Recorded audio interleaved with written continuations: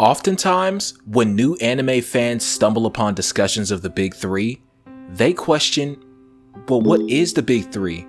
What was its purpose? Like, of all the anime out there, why were these three shows designated that? Did they set the bar for anime and manga as far as quality of writing, character designs, or any of the usual criteria?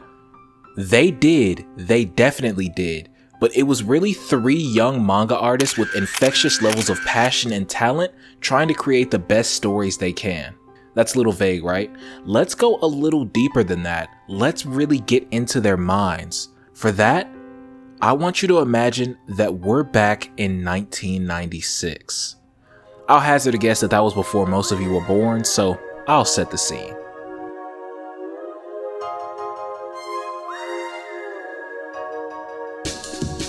See, the manga industry in the 1990s was considerably different in many ways. For one, it was much smaller. Like much smaller. Check this out. These are the best-selling manga from 1996. And this is One Piece's sales, just One Piece, in 2023.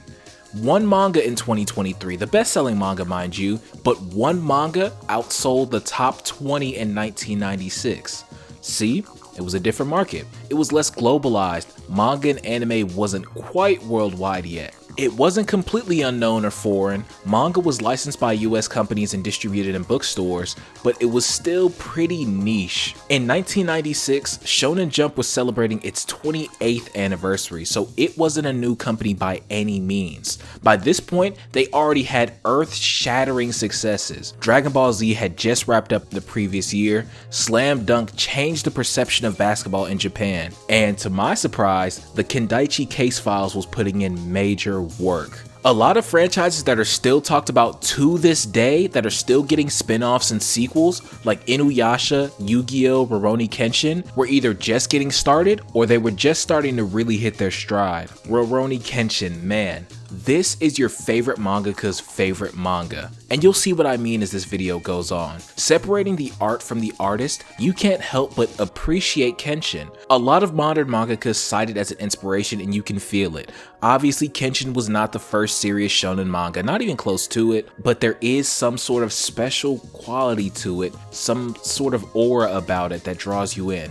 I'm not just saying that either. I would implore anyone who hasn't checked out Kenshin, go watch it. It has a crazy amount of anime adaptations, live action movies, whatever you like. That's 1996 for you. There's a lot of hit manga, a lot of great genre defining anime shows and movies coming out, and everybody is watching and taking it in, including this man. Well, at this point, he's really just a kid, Ichiro Oda. At this point, he's just a kid trying to break into the manga industry. Oda spent the last few years creating one-shot stories and submitting them to magazines, mostly Shonen Jump. And at the same time, he served as an assistant to various mangaka, including the author of Kenshin, Nobuhiro Watsuki. During his time as an assistant, he submitted 2 pirate-themed stories, both named Romance Dawn, which would serve as the framework to One Piece. Let's take a quick look at Romance Dawn. Even though it's an early prototype, it still feels distinctly One Piece. Like, it's very obvious, even at a very early stage, Oda knew what he wanted One Piece to be, and he wouldn't deviate much from that.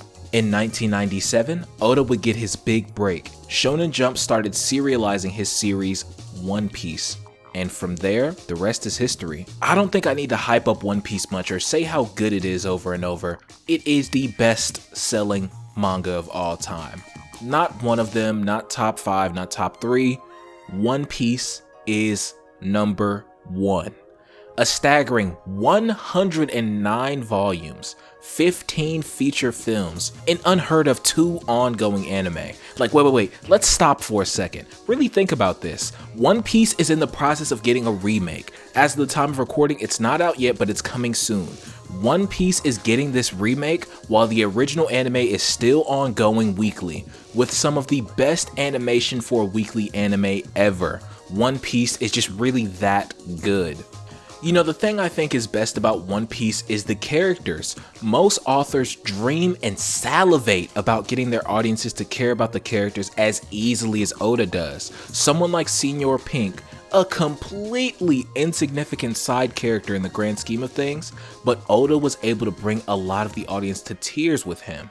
So yes, One Piece is one of the greatest pieces of fiction of all time, definitely one of the best-selling pieces of fiction ever, and I could sing its praises for the next 50 hours and not even say half of what could be said. But you know, Oda wasn't the only one who admired Watsuki. So this young man in 1996 named Musashi Kishimoto loved and admired a book called Rurouni Kenshin, which was partly assisted by a young man who will become one of Kishimoto's greatest contemporaries, Ichiro Oda. By this point in 1996, Kishimoto was still a rookie. He published his first one-shot called Karakuri in 1995, but he was still looking to do more. While that story had some of the right elements, we didn't get the story Kishimoto would become known for until 1999 when, after publishing some more one-shots, he got the opportunity to create Naruto. What I'm gonna say next is going to sound kind of weird if I'm being honest. I know by any metric, by any standard, One Piece has consistently been the #1 selling and most popular manga for at least the last 15 years, if not longer. But nobody will tell me that anything was more popular than Naruto in the mid to late 2000s into the 2010s. Maybe Dragon Ball Z, but that's it. Dudes who weren't even known for liking anime would do shadow clone jutsu hand signs and Rasengans. I mean, think about it. The #1 universal symbol for somebody being an anime geek or nerd is the Naruto run. I don't need to cape for this legendary series too much though. At worst, it's the 6th or 7th best-selling manga ever. So what makes Naruto good? I'll tell you what isn't particularly good, that story. Kishimoto is far from a bad writer. I think he's far more gifted than any average person, and I can see the vision with Naruto's story. There's an obvious reason as to why it's so popular. Kishimoto knows how to set up characters with complex, multifaceted desires and goals, but the way the plot tries to weave these elements together is just, I don't know, it doesn't click all the time. It can feel like a lot of disparate events just happening. It's not so much a problem in part 1, but in Shippuden, especially as we get closer to the Great Ninja War, it gets pretty bad. Kishimoto is a master of fights though, not just the fight scenes themselves, which are amazing. No, the setup to these fights is always incredible. You almost always care about the characters that are fighting. And I don't know if this is just a me thing, but Kishimoto found a way to make me worry about if the characters are going to come out alive. Of course, almost every good character wins all their fights, even towards the end of the war arc, but I was still worried whether they would live or die. I don't know how he did that. As both of these series were rising in popularity in 1999 and 2000, there was another rising mangaka waiting in the wings.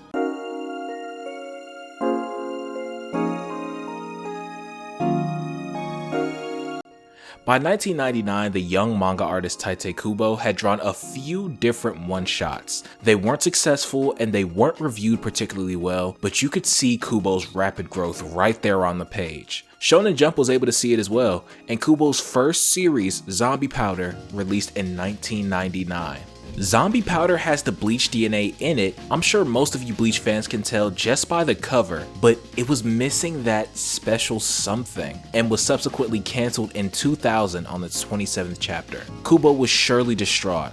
After slaving away and drawing all those one-shots, he finally got a shot with his first serialized manga, only for that to end as a complete failure. But something drove him to keep going. Maybe it was the success of other young mangakas at the time. Whatever it was, it led to Kubo creating his masterpiece in 2001. Bleach. Bleach has the best atmosphere and tone of almost any manga I've ever read. It's moody and broody. Ichigo really is an angsty teenage boy with a heart of gold. As the story goes on, we really get to see this too. When something is scary, it's really scary, and when a situation feels hopeless, it truly feels like there's nothing that can be done. The art is also absolutely gorgeous. Kubo is a master character designer. I know it seems like I'm moving kind of fast, but the big three are the type of series that you can talk about all day and still not cover absolutely everything. In fact, I encourage you, if you want to hear more about these series, type the name into YouTube search. Each one of these series has at least one multiple hour long video essay. Most of them are good, some of them Take their opinions with a grain of salt. They're a little biased, but I would encourage watching each of them just to see what they say. Right now though, we're here to talk about the big three as a collective. So where did the term big three really come from? Short answer? No one knows. Most articles from major websites will say something vague like it came from an early 2000s anime forum, but I wanted to find the exact source. Unfortunately though, I was completely unsuccessful. I did find a few interesting things though. First, everybody on Reddit regurgitates the same points over and over and over. The big three is a Western United States grouping of these three manga. It's not something officially pushed by Shonen Jump. The big three is not about sales. Hunter x Hunter frequently passed Bleach. It's more so about the three most popular shows to Western audiences at the time. There will never be another big three. That's a good one. Doing my own independent research, the earliest mention of the big three I can find is this 2011 forum post on NeoGAF. Interestingly, the oldest post I can find on Reddit about the big three is also from 2011. In both these cases, the way the posters casually talk about the big three and everyone instantly knows what they're talking about obviously means this is not the true origin of it. The true origin is probably on some ancient anime forum from 20 years ago that doesn't even exist anymore. It's hard to even search for the big three because there's so many things and so many different fields that's referred to as the big three. And when you search for big three anime, an old Osamu Tezuka manga pops up. If nobody knows the origin and nobody talks about it, then it's not too important. What's more important is the impact the big three had. You know, growing up as an anime fan, I really started to come into my own in the early to mid 2010s, and I always wondered something. Why are so many anime from the 2000s so underrated they're never talked about? Anime from the 80s and 90s, they're given proper reverence, as they should be. Even today, if you ask someone what the best anime of all time is, they'll probably say something from the 90s. And if you ask them what the best anime movie is, they'll definitely say something from the 90s. The 2010s are looked upon fondly too. There were a lot of people hating on the shows that were coming out at that time, but stuff like My Hero and Attack on Titan are some of the most well-respected, well-reviewed, most popular shows of all time. They're responsible for globalizing anime, making it into what it is today. But the 2000s, from like 2003 to 2008, is a complete blind spot. It feels like anime was spinning its wheels. Anime really wasn't getting that much bigger at that time. Well, let me say it like this. The rate of growth in the 2010s was so explosive, it wasn't growing at all in the 2000s. And as far as the animation, I mean, yeah, it looks different from shows in the 90s. Of course, we had the switch from hand-drawn to computer-aided animation, but the jump isn't as big as the one we saw in the 2010s when we jumped to HD. So bringing it back, I'm not trying to say that the big three's dominance is the reason for anime stagnation in the 2000s. I'm just suggesting the idea. This could be a video on its own though, so I won't dig too deep into that here. Here's something interesting I noticed though. After anime fans start to get some shows under their belt, they watch a few things, they start to get their backlog cleared, they start to say stuff like this. See, this is just funny to me.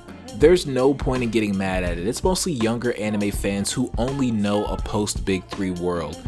It's hard to fathom how dominant they were, especially in the West. I can't speak to anything else. But you know what's crazy to me though? There's discussions on anime forums every week about this is the new gen Big Three, this is the Dark Trio, this is replacing the Big Three.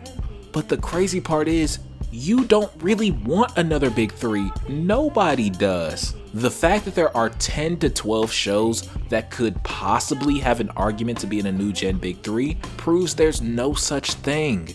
I don't want to sound too pessimistic about the early and mid 2000s period of anime. There was good stuff coming out. There were some great shows out of that period, and there were some franchises that are great to this day that started then. But especially in the West, at that time, there was not much substance outside of the Big Three. We had lots of kid properties like Sonic X, Yu-Gi-Oh!, Pokemon, whatever. We had Toonami, which was an invaluable tool, one of the only TV segments that played full anime episodes back to back.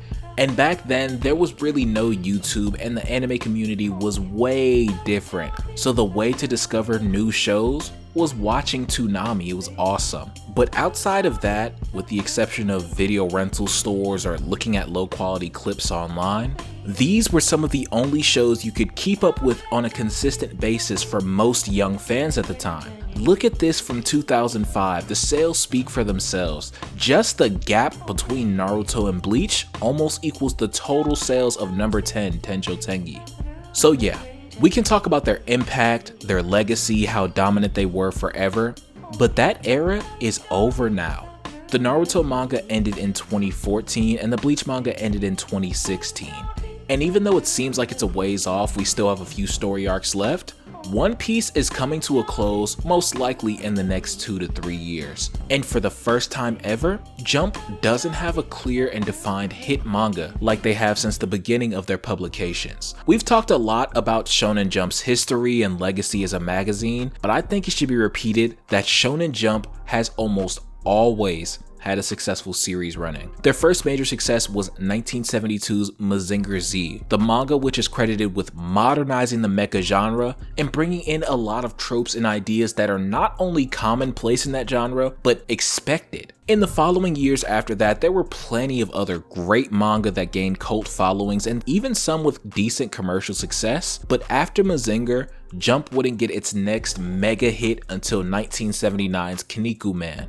Just like Rurouni Kenshin, Kinniku Man is your favorite mangaka's favorite manga. It was very influential in the early 80s, and as Kinniku Man was going strong throughout the 80s, more and more notable series were beginning to crop up, like Captain Tsubasa in 1981, Fist of the North Star in 1983, but shortly after all of that though, The Chosen One graced the pages of Weekly Shonen Jump. That of course being Dragon Ball in 1984 by Akira Toriyama, and the rest was history after that. I say all that to say, outside of their first couple of years, from 1968 to 1972, Shonen Jump has almost never been running without at least one hit manga in their magazine. Throughout a lot of their history, there were multiple legendary manga running at the same time. As a couple of the series in the big three were starting to end in the mid-2010s, a few manga took their spots over successfully. Attack on Titan, My Hero, and later on Demon Slayer and Jujutsu Kaisen. As of 2024 though, those first three have ended with no plans for a sequel manga, and JJK is coming to an end in less than a month.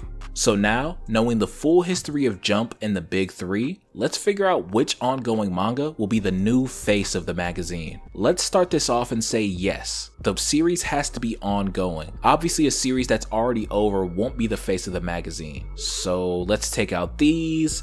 And let's take out JJK since it has a definitive end date. Here's a quick fun factoid. After JJK ends on September 30th, there will only be one series remaining in Shonen Jump that started in the 2010s, that being Mission Yozakura Family, one of my personal favorites. But even with that one though, I'm not completely caught up. I'm about 10 chapters behind, but I can tell you Yozakura is definitely in its last arc. I wouldn't be surprised at all if we got a 5 chapters left announcement for that one in the next few months, especially taking into consideration what I'm about to talk about. Outside of personal opinion and blind speculation, there's a few different metrics we can look at to try and help us determine this. Let's look at sales first. I think this chart will be a good starting point. As you can see at the top, the chart goes from late 2022 to late 2023. So this chart isn't too favorable to series that just started like Kagurabachi, but again, it's a good starting point. And to be completely honest with you, knowing the types of series that have been popular and what's currently popular, unfortunately, no comedy manga or romance manga will be the face of Jump. As much as I would love to see Blue Box or Me and Roboco top the charts, it won't be happening. And unfortunately, anything under 15th is not quite popular enough to be the face of Jump. So sorry Sakamoto Days, sorry Mashle even though you're over, and sorry One Punch Man. Looking at these numbers, the only ones that inspire hope are Chainsaw Man and Spy Family.